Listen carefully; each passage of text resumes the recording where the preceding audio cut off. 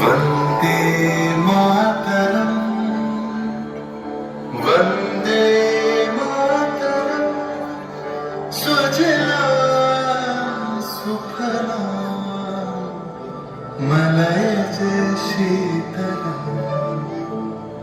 सस्यश्यामलां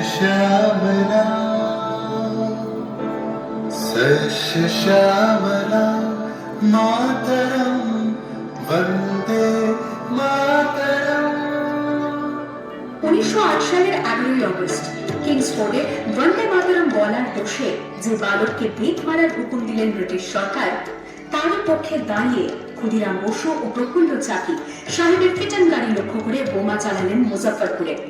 সাহেব নিহত হলেন না, তবু নাবালক ক্ষুদিরামকে ফাঁসির হুকুম দেওয়া হলো। জননী গুলভ তুলে পক্ষে শান্তনবাস দেহ তুলে চক্ষে কাঁদিছে তব চরণ তলে 30 কোটি নর নারী।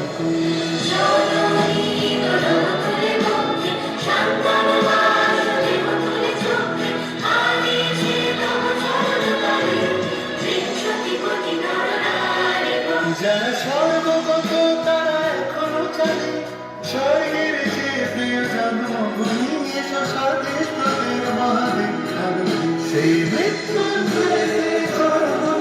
যারা জীর্ণ জাতির বুকে জাগালো আশা মন মলির মুখে জগালো ভাষা আজি রক্ত কমলে কথা আজি রক্ত কমলে কথা মান্য খায় বিজয় লক্ষ্মী দেবতাদের গলে মুক্তির মন্দির শোভান করে কত প্রাণ হলো বলিয়া লেখা আছে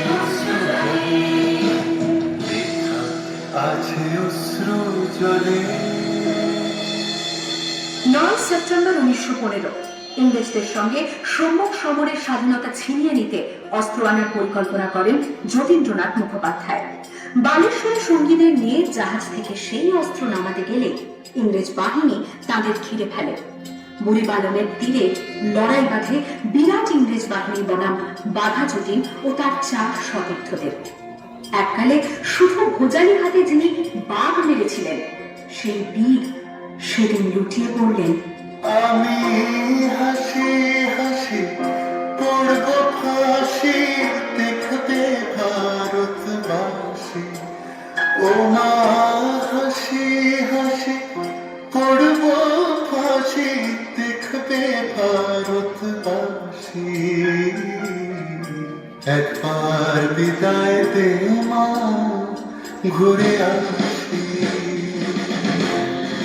18 এপ্রিল 1918 মাস্টারদা সূর্য সেন ও তার 65 জন শিষ্য মিলে পরিকল্পনা করে চট্টগ্রামে ব্রিটিশ পুলিশের অস্ত্রাগার লুট করেন এবং তারপরে লুকিয়ে আশ্রয় নেন জালালাবাদ পাহাড়ে।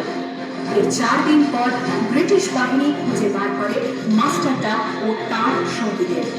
সেদিনের অস্তমিত সূর্য ছিল সূর্য সেনের রক্তের আহ্বান শোনো আহ্বান আশীর্বাদ খায় বন্ধুদেরই দুস্তার অনবস্তা ফিরে বন্যার বন্ধুদেরই আহ্বান শোনো আহ্বান আশীর্বাদ খায় বন্ধুদেরই দুস্তার অনবস্তা ফিরে বন্যার বন্ধুদেরই যুগ সঞ্চিত শক্তি দিয়েছে সারা ভীমগিরি সন্নতি সূর্যের দিশারা যাত্রা শুরু উত্থান ছুটে দুর্বার লেগে গতি